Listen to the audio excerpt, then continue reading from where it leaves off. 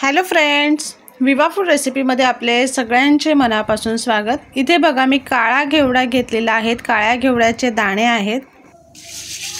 इथे बघा जे असे पोकळ जे असतात ना, जे कवळे दाणे असतात ते असे वरती येतात। हे गावठी आहेत, त्याच्यामुळे ते असे साफ म्हणजे हलकेसे साफ केलेले असतात। त्याच्यामुळे असे धुताना त्याच्यावरती जे कोळे दाणे असतात, जे सुकून वाळून घेतलेले असतात, ते धुताना असे वरती येतात। ते आपण काढून घ्यायचे आहेत सगळे। स्वच्छ धुवून घेतल्यानंतर त्याच्यामध्ये आपण पाणी टाकून घ्यायचं आणि इथे आपण 4 ते 5 तासासाठी भिजत ठेवायचे। इथे बघा काळा घेवडा मी भिजत टाकलेला। काल मी भिजत टाकून रात्री त्याच्यातलं पाणी काढलं आणि आता दुसऱ्या दिवशी सकाळी मी बनवायला घेतलेले आहेत।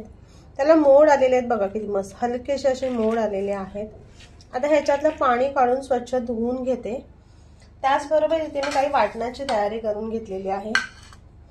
मिरची घेतले, आलं, कोथिंबीर, हे मी खोबरं घेतलेलं आहे, सुका खोबरं आहे आणि लसूण। आता हे मिक्सरला वाटून घेते। इथे बघा आपण वाटण तयार करून घेतलेलं आहे, पूर्ण बारीक असं वाटून घेतलेलं आहे।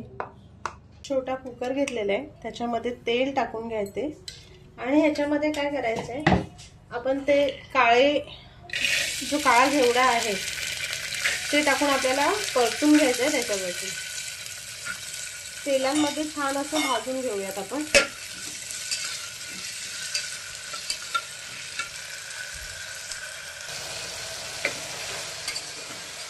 इथे आपले छान भाजून झालेले आहे घेवड्याचे दाणे। इथे बघा दाणे ना असे सुटायला लागले ना, एकदम त्याचे साल सुटायला लागले की समजून जायचं तर आपले दाणे खूप छान भाजलेले आहेत। इथे मी सुके दाणे घेतलेले, जे मी रात्रभर भिजवून घेतलेत आणि नंतर मग ते करायला घेतले।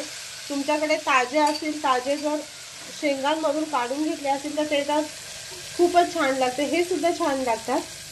तर ते सुद्धा असेच भाजून घ्यायचे आहे। तुम्हाला कळत असेल सगळ्या साला अशा निघायला लागलेल्या आहेत। गॅस बंद करते आणि मी एका ताटामध्ये काढून घेते। कुकरमध्ये मी अजून थोडं तेल टाकून घेते आणि तेल गरम करून घ्यायचंय। तेल गरम झालेले, त्याच्यामध्ये आपण मोहरी टाकून घेऊयात। मोहरी छान तडतडली लगेच आपण त्याच्यामध्ये जिरं टाकूयात, कढीपत्ता, बारीक कट करून घेतलेला लसूण आणि कांदा हे टाकून आपल्याला परतून घ्यायचंय।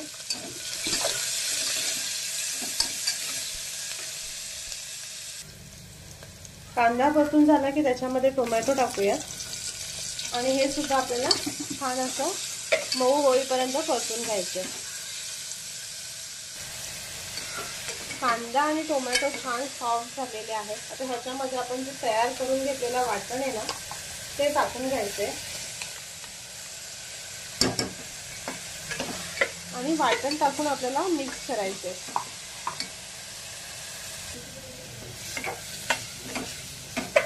मसाला आपला छान परतून आलेला आहे। मसाले परतून झालेत, ह्याच्यामध्ये आपण हळद टाकून घेऊयात, गोडा मसाला, 1 चमचा घरगुती मसाला आहे आणि 1 चमचा मी कांदा लसूण मसाला टाकणार आहे आणि हे परतणार आहे। आता ह्याच्यामध्ये ना आपण जे घेवड्याचे दाणे आहे जे भाजून घेतलेले ते टाकून घेणार आहोत आणि हे ह्याच्यामध्ये परतून घ्यायचे।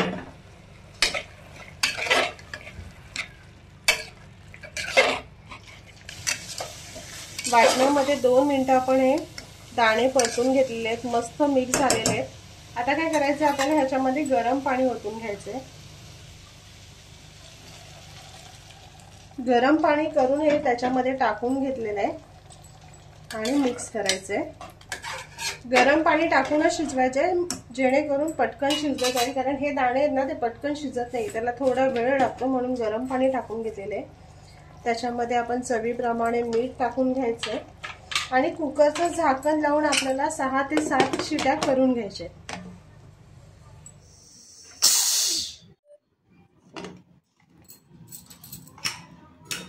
आहा हा, तरी किती मस्त आले बघा, दिसते तुम्हाला? कॅमेरा जवळ घेते मी, इथे बघा किती मस्त तरी आलेली आहे। भाजी शिजले का आपण चेक करूया। इथे बघा जास्त रस सुद्धा राहिलेला नाही, ते 1.5 ग्लास याच्यामध्ये मी पाणी टाकलेला होता। पण चेक करूयात आपली भाजी शिजले का, किती मस्त शिजलेली आहे बघा। इथे मी 7 शिट्या काढून घेतलेल्या आहेत कुकरच्या, त्याच्यामध्ये पटकन आणि मस्त अशी भाजी शिजलेली आहे। टेस्टी आणि मस्त अशी झणझणीत आपली भाजी तयार झालेली आहे, खूप मस्त। तर नक्की बनवा आणि सांगा कशी झाले ते। आणि असेच आपले नवनवीन व्हिडिओ बघण्यासाठी व्हिडिओला लाईक करा, शेअर करा आणि सबस्क्राईब करा। चला तर मग भेटूयात आपण पुढच्या व्हिडिओमध्ये।